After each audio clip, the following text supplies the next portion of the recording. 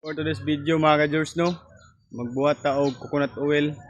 So mo na itong kasangkapan na ginabuhat, no. So wait. First step mga ka-George, magkagod tag lubi. So mo na itong pangkagod karon. Daghang ginin lubi ha mga ka-George. Mo na din itong nakagod mga ka-George, no. Ang next step matuan ni karon aton ning pugaan para maging ano siya. First step, nagpainit ta og karahay.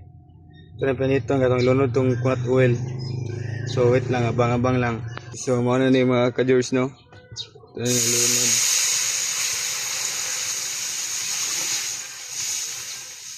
Dalaman na siya mga ka-George.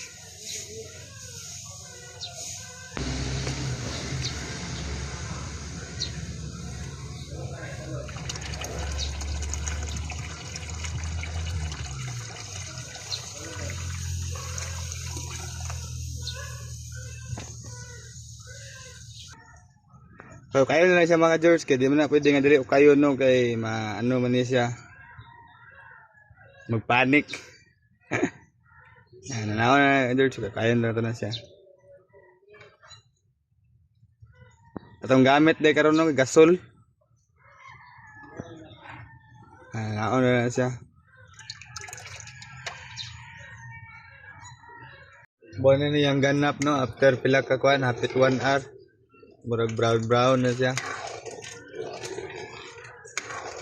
Muna na yung naong mga George, no, after nga pila minutes to sig okay dire. Ngani na yung naong niya, oh.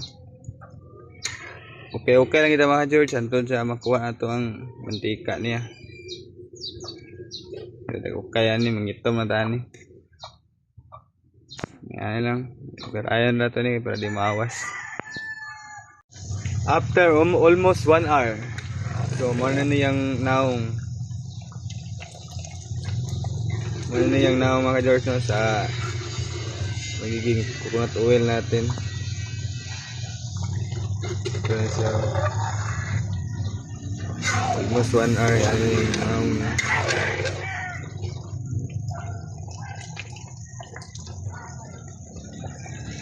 Tara na siya mga George, oh. Ang gawas na yung mantika.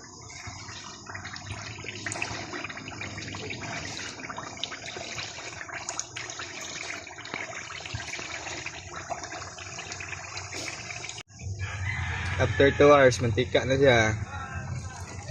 Mana siya mga George, after 2 hours. Mantika sa wakwak. Mantika sa wakwak.